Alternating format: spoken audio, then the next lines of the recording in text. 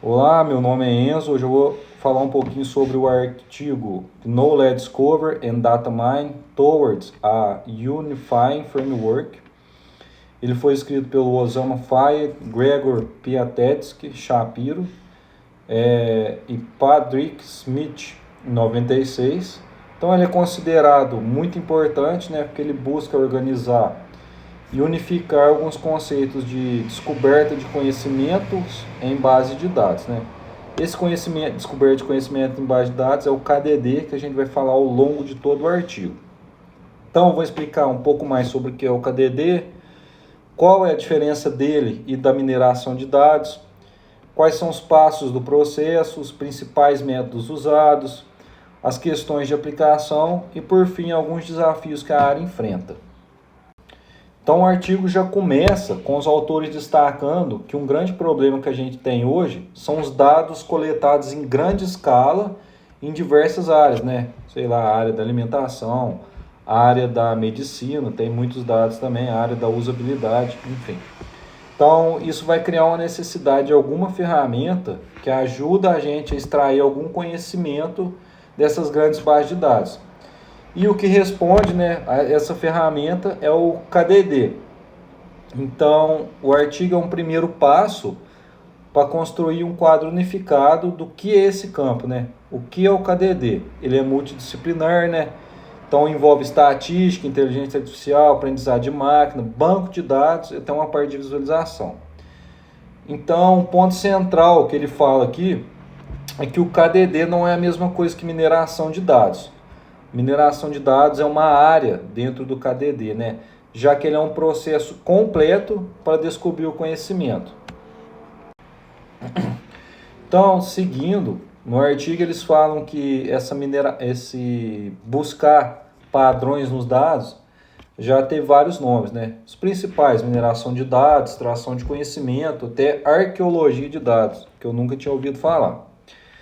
O termo mineração de dados ele foi muito usado por estatísticos e analistas, enquanto o KDD surgiu apenas em 89, para enfatizar o produto final dessa mineração de dados e dessa análise, que deve ser algum conhecimento útil extraído.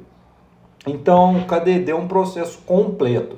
Ele inclui a preparação, a limpeza, seleção de dados, a aplicação de algoritmos e, por fim, o que a gente quer, a interpretação dos resultados. O artigo também ele vai relacionar o KDD com diversas áreas, né, como aprendizado de máquina e reconhecimento de padrões, é uma área mais atual.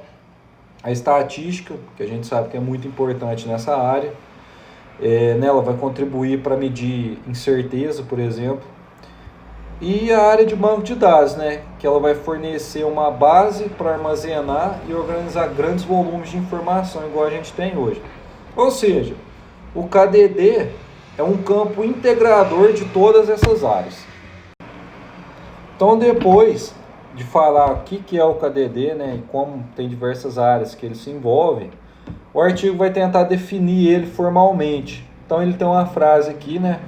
O KDD é o processo não trivial de identificar padrões válidos, novos, potencialmente úteis e compreensíveis em dados. Então vamos destrinchar essa frase parte por parte. Quando ele fala de não trivial, então ele está falando que envolve uma busca, né, uma inferência, não é só um cálculo básico. Você não vai fazer uma soma ali e descobrir alguma coisa num banco de dados, né? Descobrir algo relevante, pelo menos. Ele tem que ser válido, né? Então deve se aplicar a novos dados com algum grau de certeza. Então eu tenho uma hipótese. Eu tenho que ter algum grau de certeza que ela foi validada. Ela tem que ser novo e útil. Então ele precisa trazer algum benefício.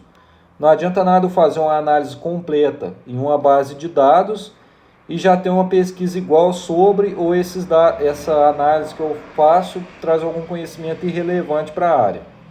E por fim, né, um ponto que ele fala muito aqui, tem que ser compreensível. Então, esse resultado ele tem que conseguir ser interpretado por humanos.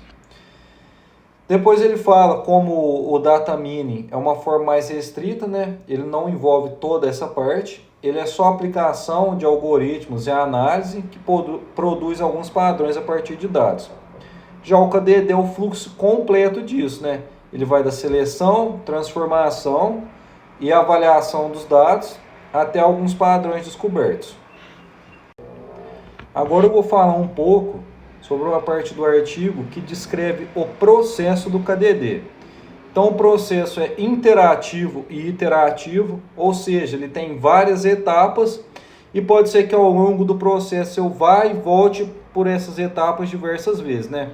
Os autores vão listar 9 delas. Primeiro, entender o domínio e definir objetivos. Então, sei lá, eu tenho uma base de dados no McDonald's com venda de hambúrgueres.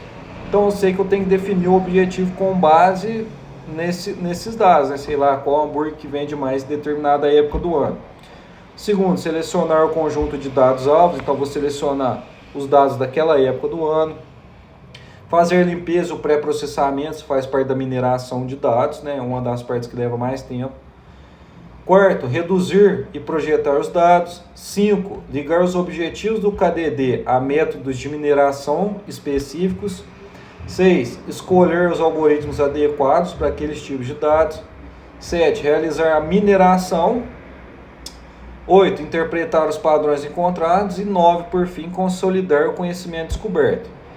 Então eles ressaltam aqui que embora a mineração de dados seja uma parte que recebe mais atenção, né, geralmente a que mais demora, os outros passos são igualmente importantes para o sucesso do projeto todo. Então a gente já falou que o KDD é uma área integradora de várias áreas, né, e dentre elas a mineração de dados, que é uma das mais importantes. Então ele fala aqui, né, sobre os dois grandes objetivos da mineração de dados dentro do KDD. O primeiro é a verificação, seria confirmar as hipóteses já formuladas. O segundo é a descoberta, né, que é encontrar novos padrões, seja para previsão ou para descrição.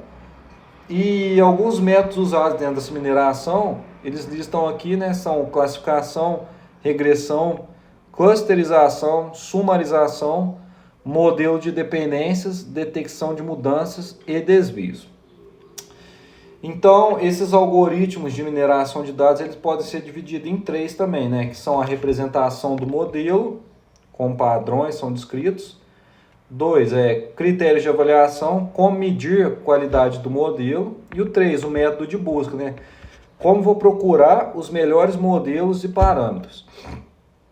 Então, não tem nenhum algoritmo universal, né? Cada técnica tem os pontos fortes e pontos fracos. Muitas vezes o maior desafio não é escolher o algoritmo, mas sim formular corretamente uma hipótese. Mas ao final do artigo, também é abordado alguns desafios que essa área do KDD enfrenta, né?